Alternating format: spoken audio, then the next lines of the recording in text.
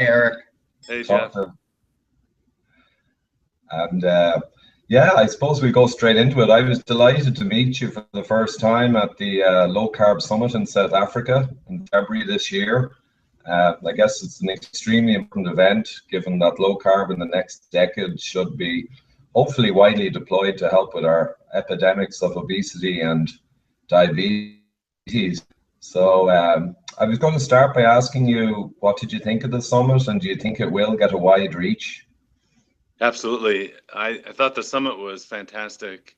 It was really the first time that world experts got together to discuss the latest research on low carb, high fat diets.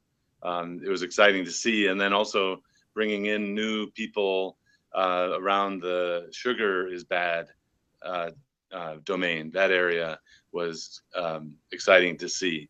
So some of those people weren't quite so well versed in the high fat diets, but I think it was great to educate them, and then we were educated by those who knew a lot about sugar as well. So it was great cross-fertilization for the field too. Very good, yeah. I was personally blown away by the speakers and the science, and in its entirety when brought together, it's kind of a one-stop shop for a resource for people who want to explore more about low carb and the benefits it can bring. I think LCHFconvention.com, that you can now sign up for all of the discussions. Yes, that's right, and they're excellent. The team that put it together, Professor Noakes' team, did a great job, I thought. So there was some talk about the convention going global and for it to be available in other parts of the world. Do you think that's going to happen, Eric? Well, I think it's a great idea, and we certainly talked about it at the first meeting, and it's all the logistics, right? Of finding the sponsorships, and certainly the attendees, the lecturers, are all excited to do it again. So it's really just pounding the pavement to find a similar kind of sponsor. You know, it was intriguing to me to find the sponsor there. The main one was a life insurance company. It was, and yet this makes sense, because if the life insurance company spreads the good health advice, their people they insure will live longer, and then they don't have to pay out on the life insurance claims. So that was an unpredicted yeah, does that mean health insurance wants us to stay sick and die early? Well, I hope not. Yeah. Well, the old joke was the way to save money was just to kill everyone in the hospital, but you know, that's not a good thing to do. I don't agree with that. I just thought you might be implying that. I'm sorry. No. Well, if we get back to actually saving people's lives and achieving longevity, so your new venture, Low Carb Adapt, is going to seek to help people all around the world get themselves out of obesity and diabetes. So maybe you could talk a bit about what that entails and how that's going. Absolutely. Low Carb Adapt at www.lowcarbadapt.com is going to be a free, and it is now, but it's going to be evolving, a free educational resource, and also a place for people to be able to purchase and learn about new products that are truly low in total carbohydrates.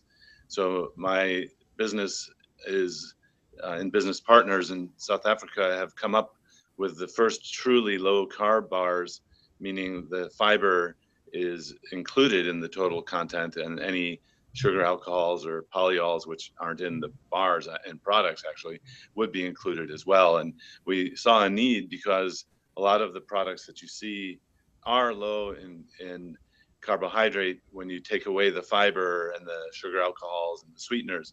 So they're really not low in total carbohydrates. And what most people don't know is that the fiber and other sweeteners can affect the ketone and blood glucose metabolism. So you have to be stricter if you're going to be ketogenic and maintain ketosis than you are to keep a blood sugar normal, blood glucose normal. So we found that these bars, in fact, in many people, it raises their ketone levels, which would not be possible with a bar or a product with 20 grams of total carbs per serving, for example. So we're hoping to roll out the new products in South Africa in the next few months, and really urge anyone to look at lowcarbadapt.com for the latest information. Eric, what would you say about the quality of these bars? Are they laden with chemicals, or are they really clean? Well, another advantage is that there are no artificial additives at all. So it's really, people said, well, you're just coming up with another processed food. Well, no, they're not. They're truly natural ingredients without additives. And that was the other important aspect of the products to maintain. So we want to maintain the highest quality without artificial preservatives, and it really is just natural food put in containers, if you will. So they're bars, but they're also shots of shots, meaning small amounts of oil, and we call them coffee shots. You put in your coffee to flavor it and to get ketone level enhanced, and then a fat shot that would just be consumed directly, as well as the really nice flavored bars. Did you get a chance to sample them on the cruise? Yeah, did you like them? Yeah, well, we sampled them in South Africa in February, and I think they purchased on the cruise. How were they tasting? Well, so they've evolved even better. So, and I had no idea, as a medical doctor, the extent to which you have to fine tune and refine. And so Glenn and Yale Finkel, who are my partners in South Africa, went to the top manufacturer in South Africa to get them to make top of the line products, top of the line ingredients, and they've refined it even further. So the touch, the feel, the mouth feel, all of that is really, really important to get really right. And so they've actually evolved to beyond when you first tasted them in South Africa. The cruise folks, people went on the low carb cruise I'm referring to, that happens every year in May. They got to sample the latest version of them, which was even better. Yeah.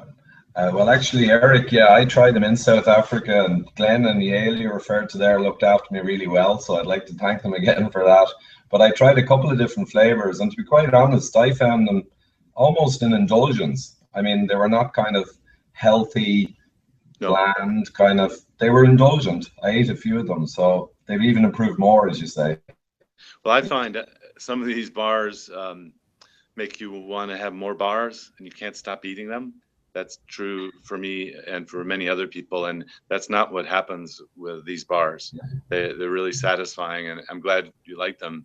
And we all need things that are pleasurable and indulgent, don't we? Right. So in a sense, they're real food, but we're not trying to. You're not trying to create products that are going to replace other real food. They're just kind of options. Is that correct? That's right. These aren't intended to be full meal replacement products, like because you'd have to be adding different vitamins and minerals if you're going to be substituting for real food.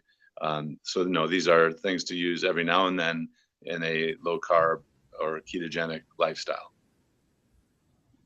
Yeah, that makes a lot of sense. And there was previous, I think previous efforts by Atkins, where bars kind of slipped into the market, where, as you explained earlier, they weren't quite the low carb they should have been. So this is a venture where you get the right product out there. Well, not to, I guess to explain the Atkins, in my mind, they don't really see themselves as a treating diabetes or extreme overweight kind of company. They see themselves as putting out products that are substitutes for high sugar things for people who may not have a whole lot of weight to lose, or they're maintaining a low carb lifestyle. I personally don't think, I have not had good experience using their products with people who are trying to lose a lot of weight or who have diabetes or metabolic syndrome. They're just not low enough for that niche. So, they have a role to play, but our bars will be safe and therapeutic, even if you have extreme metabolism problems. like the hyperlipidemia or diabetes. So it's just a different niche, I think. Not that one's better than another. So I thought that low carb adapt, went beyond just weight loss, that there's a whole section devoted to sports and exercise performance. Can you tell us a little bit about that? Sure. So going beyond the diabetes weight loss work that I do here in the clinic, more and more I get people in the clinic, and now a lot of people in South Africa are seeing the low carb, high fat LCHF, or in South Africa's Real Meal Revolution, as a ketogenic lifestyle to enhance performance. And of course, we saw several lectures at the LCHF convention about people who are performing better with endurance athletic competition by being fat burners or being ketogenic. So the part of the Low Carb Adapt site is actually designed to help you optimize physical performance as well. So it's not just for weight loss and all. So the idea of the role of LCHF or low carb or ketogenic, all similar names, is expanding to beyond that. I've heard Steve Finney, one of my teachers, talk about exercise, and he did the classic studies back in the 1980s, but they really hadn't been replicated and redone and popularized in a big way until the meeting in South Africa with Professor Noakes and the Real Meal Revolution folks. So I think the primary use for the bars at first, because of people watching videos like this and those in the know, will probably to be enhanced ketosis. And the Low Carb Adapt site also supports the knowledge behind that and lets people learn about how to do that. Okay.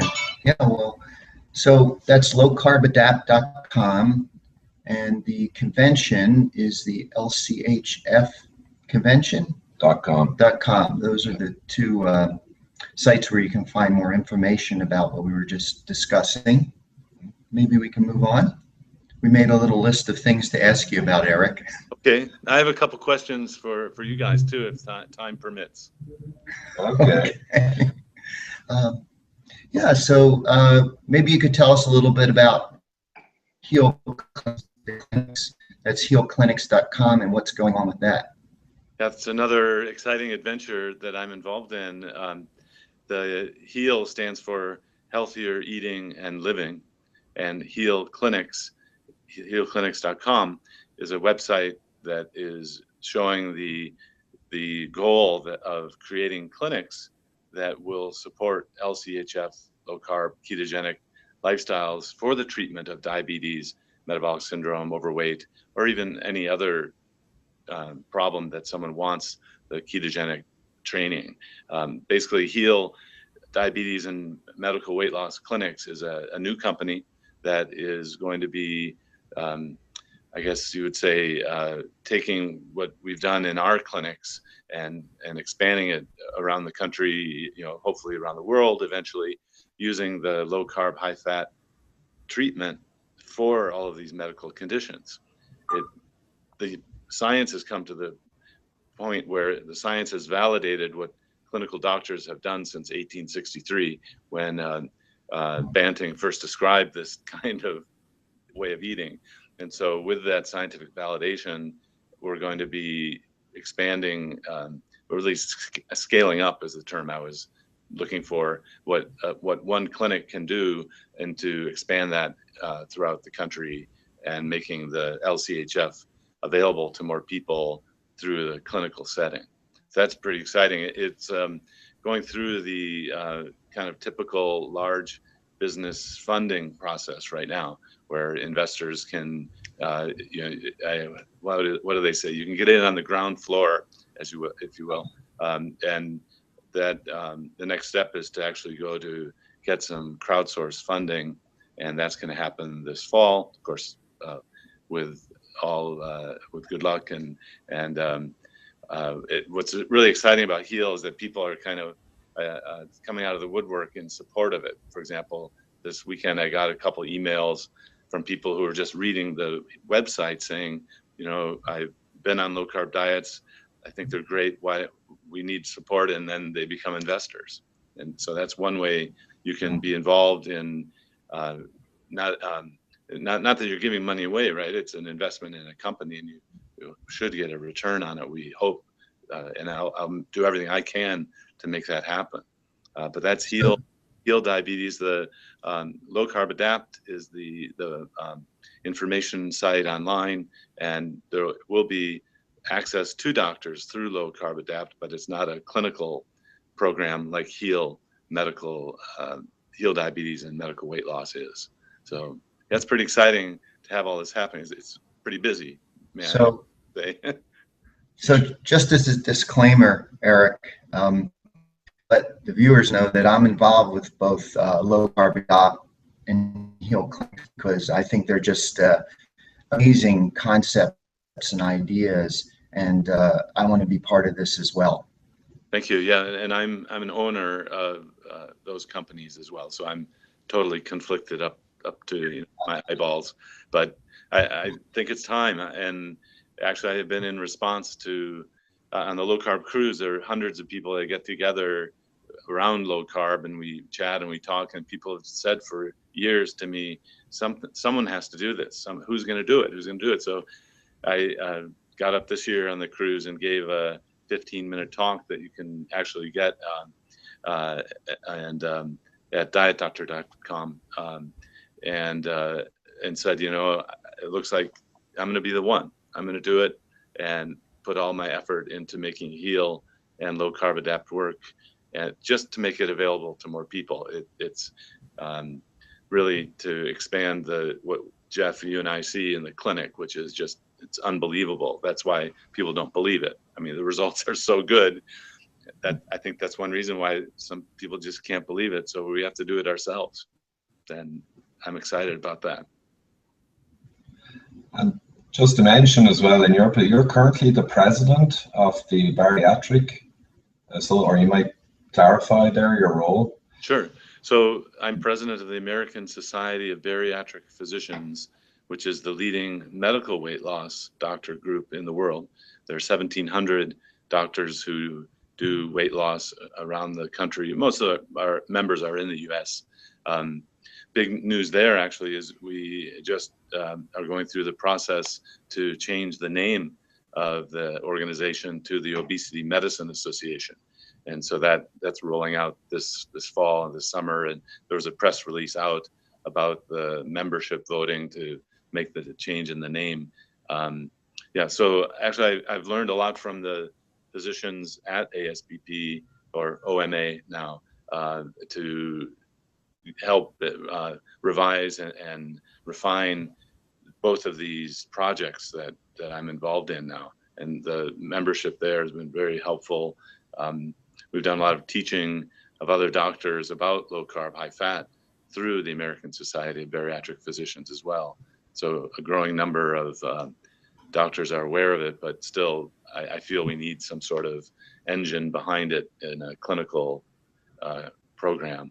That reminded me that the Obesity Medicine Association, or ASBP, has an algorithm with carbohydrate restriction in it as one of the options. So there is a national organization that endorses use of either calorie restriction or carbohydrate restriction for lifestyle change.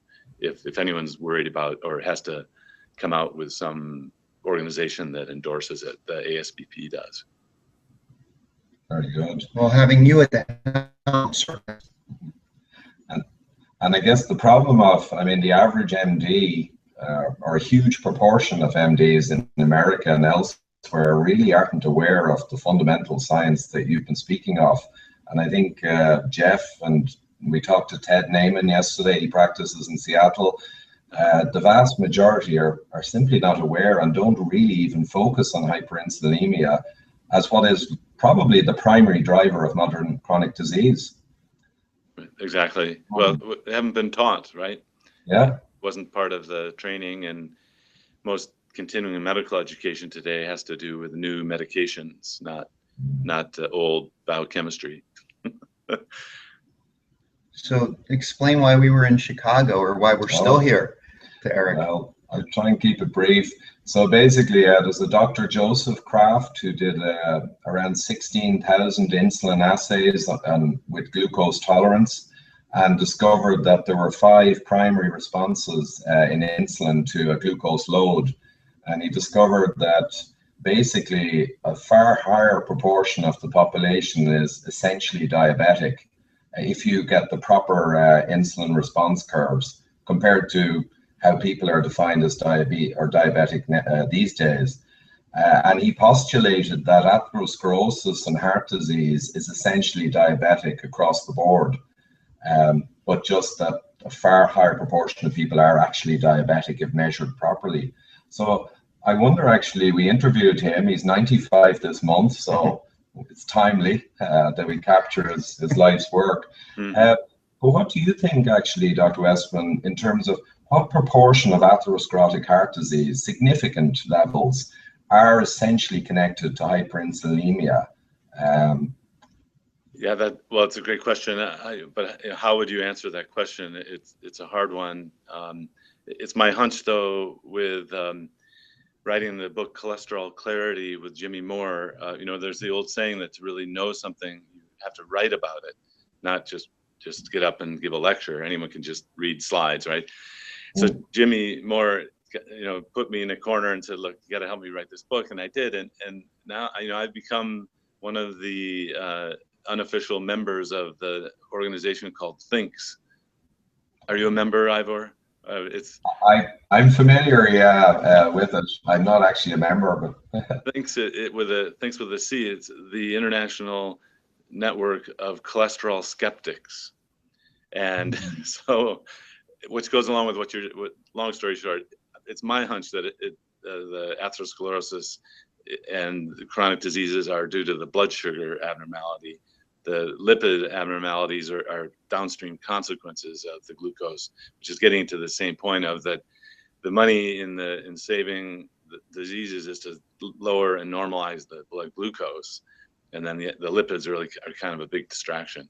In Cholesterol Clarity, the other angle there is that most researchers now are thinking of the inflammation as the root cause of the atherosclerosis, and the cholesterol is kind of just the bystander or actually there to help fix it. So and insulin, there are very few studies, but there are a couple that insulin was actually pro-inflammatory and atherogenic, but those studies need to be repeated with modern day technology and modern day techniques for people to believe it. So I'm all on board with that. Well, another angle is if you take your blood sugar reading, it's 100 milligrams per deciliter, and you multiply out milligrams to grams and deciliters per liter, and there are 5 liters of blood in the body. We have 5 grams of sugar going around, glucose, in our body at any given time.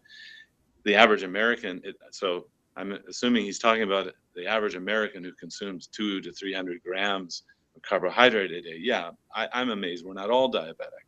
And now he's just saying with more refined measurements, well, we all are all diabetic. Well, yeah, well, that's only if you're eating 200 to 300 grams of carbohydrate a day, right?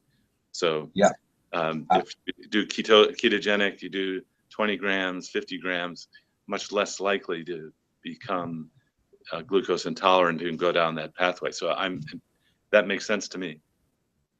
Well, actually, even in 1972, Dr. Kraft was switching people from type 2, 3, or 4 hyperinsulemic reaction to a which he called euinsulemic. So you get a normal insulin response to glucose.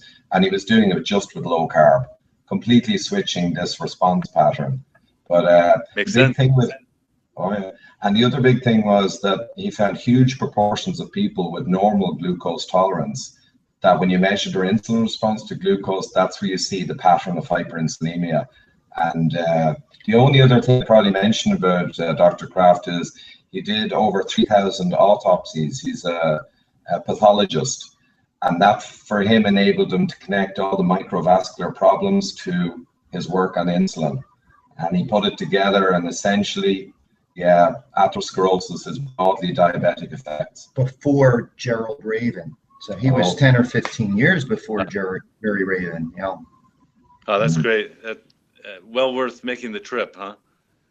Yeah, we get it out on YouTube, and it's interesting stuff. I don't think he got quite the recognition that he should have for his work. As an engineer, I find his response curves fascinating, and also his connecting of the hands-on scrutiny, microscopic, of the actual issues, and putting it all together in one picture. But yeah, we'll see. We'll release it in a couple of weeks. That's great. So I had a question for you. Oh. Have you exhausted your questions for me? I think we got through most of them. So, yeah. So I was asked this week by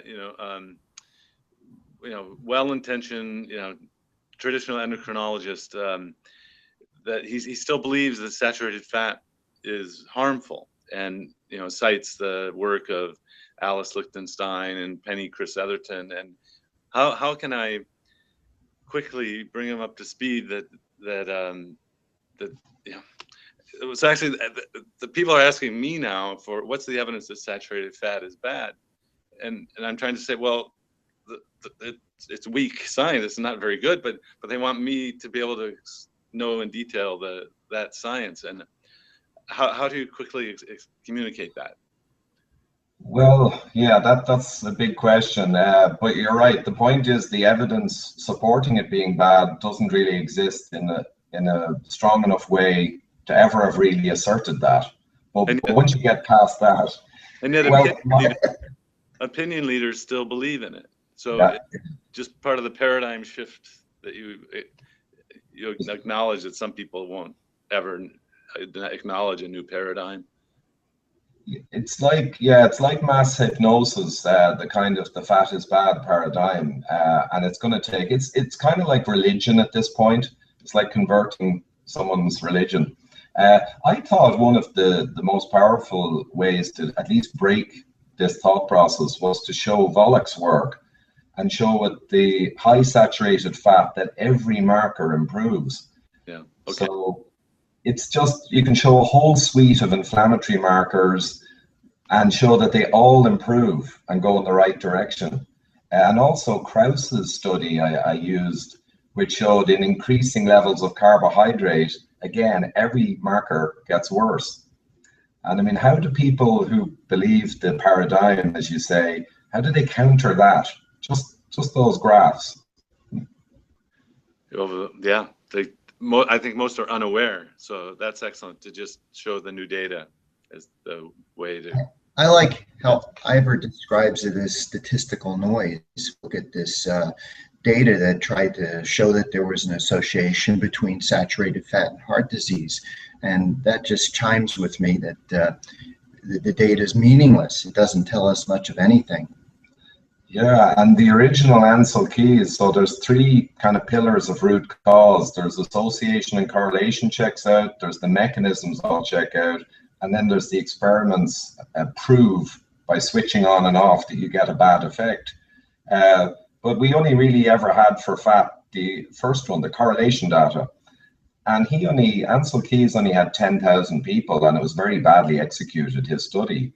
But since then, there have been many, many studies, and the meta-analysis putting them together show no correlation. Nothing. So the single leg that existed for fat is bad, even that one collapsed in all the meta-analysis carried out subsequently.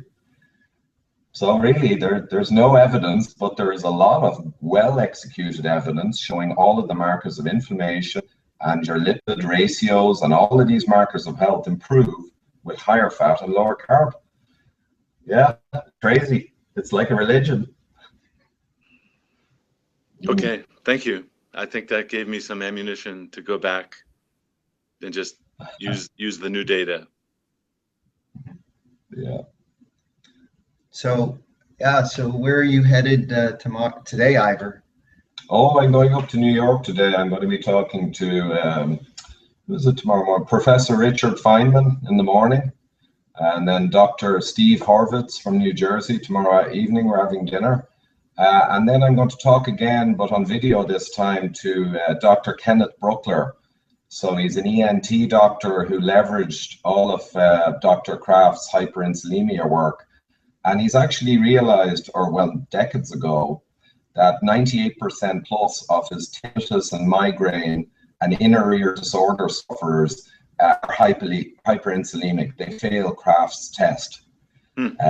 He also realized decades back that when he did nutritional treatment, he found out it was more effective when he reduced hyperinsulinemia, more effective than his surgery. So he discontinued his surgery because with proper nutritional or kind of following the guidelines, he got better responses. So he's a really interesting guy. There's emerging theories now that migraine is actually a phenomenon that originates in the inner ear. It's not neurological. And the inner ear inflammatory processes, which are driven by hyperinsulinemia, account for a huge amount of dizziness, tinnitus, and all of those maladies. So anyway, I catch him on Tuesday. Fascinating. That there's so many things that are being uncovered. That's great. You're tracking them down. So many conditions that get better. That one that comes to mind that was unpredicted was heartburn. Nobody knows why, but that's probably the second most reliable thing to get better, and in order of how fast it gets better than diabetes. Heartburn will go away in just a couple days. We did a study about that, but it was a small study with about 10 people, and no one's ever followed up on it.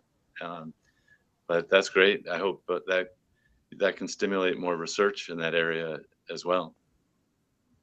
Yeah, and like you say, it's just get the message out. Everyone can help in some way or another. You've obviously got huge leadership there, but I guess everyone who now understands this science can all try and play a part in disseminating and breaking that religion. Well, thank you. Yeah, and so Ivor just does this as a hobby. In the real life, he's a real engineer. So you haven't quit your day job yet?